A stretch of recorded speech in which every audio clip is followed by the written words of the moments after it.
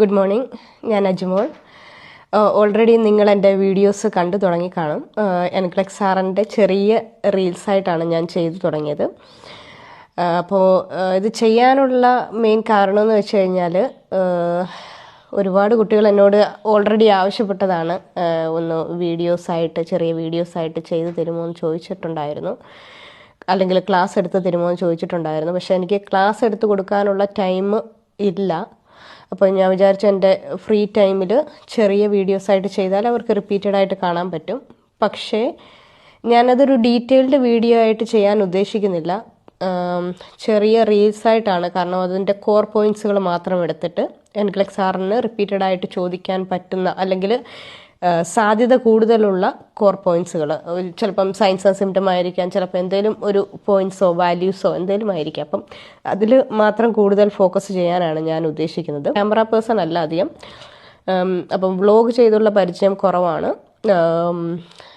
Face to face teaching ആയിരുന്നു കൂടുതലും. അപ്പം അതിൻ്റെ ഫ്ലെക്സിബിലിറ്റി അല്ലെങ്കിൽ അതിൻ്റെ ഒരു ഫ്ലുവൻസി നമുക്ക് തിരിച്ച് ക്വസ്റ്റ്യൻ ചോദിക്കുമ്പോഴും അല്ലാന്നുണ്ടെങ്കിൽ നമുക്ക് അങ്ങോട്ട് ഇൻട്രാക്റ്റീവായിട്ട് നമ്മൾ ടീച്ച് ചെയ്യുമ്പോൾ അതിൻ്റെ ഫ്ലുവൻസി വേറെയാണ്. അപ്പം ഇവിടെ ക്യാമറ പേഴ്സൺ അല്ലാത്തതുകൊണ്ട് അതിൻ്റേതായിട്ടുള്ള ചെറിയ ബുദ്ധിമുട്ടുകളുണ്ട്. എന്നാലും എനിക്ക് നിങ്ങൾ പറഞ്ഞു തരിക, എന്തെങ്കിലും ചേഞ്ച് ചെയ്യാനുണ്ടെങ്കിൽ പറയുക. അപ്പം നമുക്ക് അതിനനുസരിച്ച് ഇമ്പ്രൂവ് ചെയ്യാം. എൻക്ലക്സ് സാറിന് പ്രിപ്പയർ ചെയ്യുന്ന കുട്ടികൾ എപ്പോഴും മെയിനായിട്ട് എൻക്ലക്സ് സാറിനെ കാണുന്നതെന്ന് പറഞ്ഞു കഴിഞ്ഞാൽ ഇതൊരു എടുക്കാൻ പറ്റാത്തൊരു കടമ്പയായിട്ടാണ് കാണുന്നത്.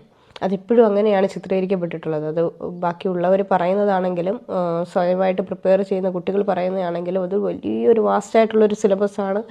ഇത് നമ്മളെ കൊണ്ട് ചെയ്യാൻ പറ്റുമോ എന്നുള്ളൊരു ചിന്തയാണ് എപ്പോഴും. അപ്പോൾ അവിടെ ഭയം കൂടുന്നു, റിസൾട്ടിൽ വ്യത്യാസം വരുന്നു. ഇത് എൻക്ലക്സ് സാറിന് ഇത് നമുക്ക് പുറത്ത് രാജ്യങ്ങളിൽ മെയിനായിട്ട് വർക്ക് ചെയ്യുമ്പോൾ അവർ ഉദ്ദേശിക്കുന്ന ഒരു മിനിമം നോളജാണ് എൻക്ലക്സ് സാറിൻ്റെ നോളജ് എന്ന് പറയുന്നത്. അത്രയെങ്കിലും ഒരു മിനിമം നോളജ് വേണം എന്നാണ് അവർ ഉദ്ദേശിക്കുന്നത്.